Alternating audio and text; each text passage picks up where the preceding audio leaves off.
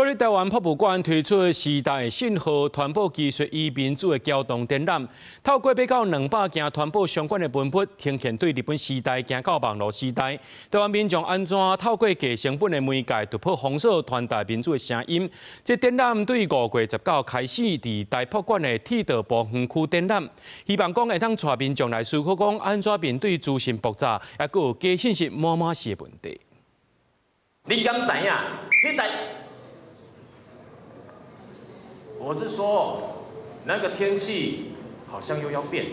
因為透過演出呈現民眾安怎互人禁聲的過程，展覽現場嘛有古早時的報紙、踏錄機，還有地下電台時代的廣播設備，這個看起來真史上的物件，煞是迄當時人民想要突破封鎖、傳達聲音的工具。國立台灣博物館推出時代信號傳播技術甲民主躍動的展覽，透過200件的文物，呈現傳播技術甲民主發展之間的關係。你要用雜誌足困難，好在，迄當陣當然是唔是講就即嘛講會使什麼公開上市，無遐簡單吼，無遐簡單。所以迄當陣的雜誌攏會受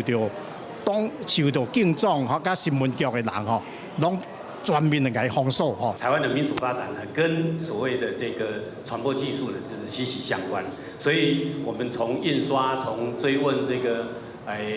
印刷跟影像怎麼樣子接觸到所有的人這件事情開始發問。主辦單位講，展覽按照時代分作4個部分，為台灣日本時代的紙本媒體，到戰後雜誌對體制的批判，還有70年代的東國雜誌，80年代的地下電台，到即馬網絡社群，呈現民眾安怎用低成本的傳播媒介，人過監控傳達民主的聲音。那文化部長講，這個資訊開放的時代，點都要面對資訊複雜甲假信息的問題。我們反而面對的不是一個過去資訊封閉的時代，而是一個資訊量太大的時代。我們重新要面對這個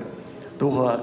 防止假訊息，顛覆了我們台灣。展覽5月19起過，佇台灣博物館鐵道部園區展出，唔但要回顧傳播歷史的發展，嘛唔忘引帶民眾來思考，安怎培養資訊識錯的能力，共同來提高社會氛圍的韌性。記者郭正陽、林旭凱台北報道。